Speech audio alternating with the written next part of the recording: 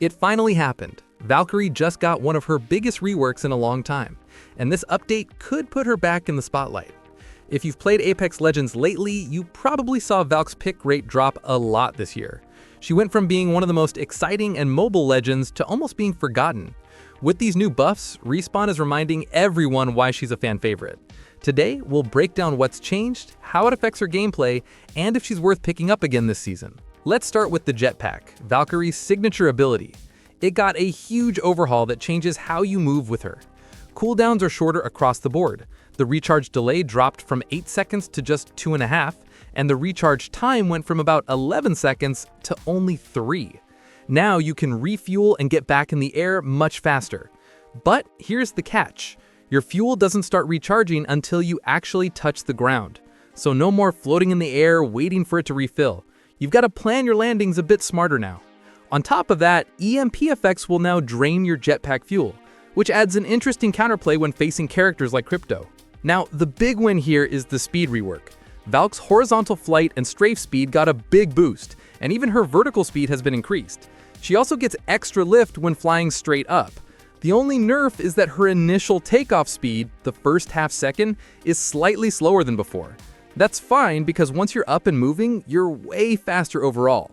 Respawn even said it themselves. This new design rewards longer burns. So instead of doing those short bursts of jetpack dodges, you'll actually want to commit to flight, covering distance faster and making smoother rotations. It's a more skillful system, but way more satisfying once you get the hang of it. Valkyrie's tactical, the missile swarm. This ability has always been kind of awkward. Sometimes it worked beautifully, other times it would stun you more than the enemy. But now that's changed. They've completely removed the self-damage and self-stun so you can finally use it without punishing yourself.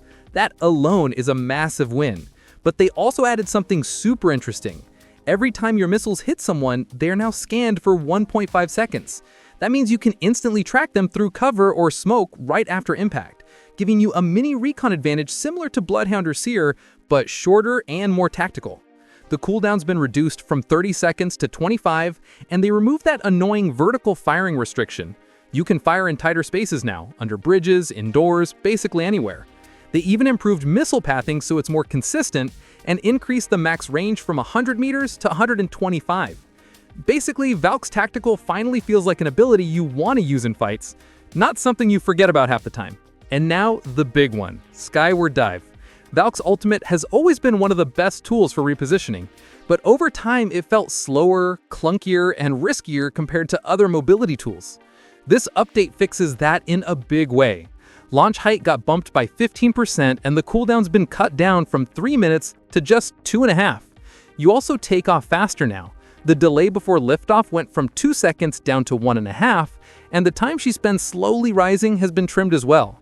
Even better, they removed the self-cancel penalty, and the damage penalty cooldown is shorter too, from 54 seconds to just 30.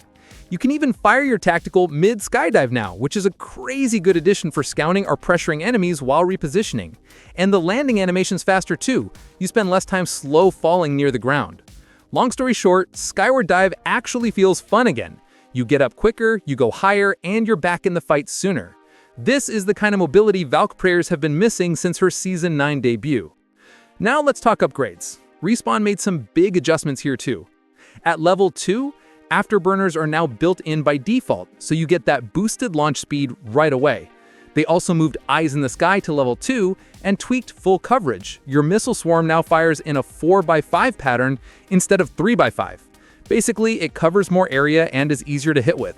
At level 3, they removed full tank since the jetpack's been reworked and replaced it with a new upgrade called Supersonic, which cuts your ultimate launch time in half. And then there's Aerial Expert, which improves your jetpack's horizontal speed, makes the handling smoother, lowers fuel consumption, and slightly reduces your total fuel. Basically, if you master movement, you'll love this upgrade. So what does all this mean in practice? Valkyrie's back to being one of the most fun legends in the game again, and this time she actually rewards skillful flying and positioning. The faster jets make her rotation smoother, the improved tactical adds real utility in fights, and the buffed ultimate makes her team mobility top tier again. She's still not going to outgun someone like Horizon in a 1v1, but she doesn't need to. Valk's identity has always been about tactical movement and map control, and this rework doubles down on that. For console players especially, where movement and positioning matter even more, these changes might make her one of the best picks again for ranked or team play. So yeah, if you used to love Valk but stopped picking her up because she felt slow or clunky, it's time to give her another shot. She feels smoother, faster, and way more fun to play. Valkyrie's rework isn't just a bunch of number tweaks, it's a full-on modernization. Respawn clearly listened to player feedback and made her abilities align better with today's faster-paced Apex meta. Whether you're playing on Xbox, PlayStation, or PC, this update gives Valkyrie a fresh reason to take to the skies again. So what do you think of the Valkyrie changes? Are you planning to main her again this season? Drop your thoughts in the comments. I'd love to hear how these buffs are feeling for you. And if you found this breakdown helpful, don't forget to drop a like, subscribe for more console-focused Apex content, and I'll catch you guys in the next one.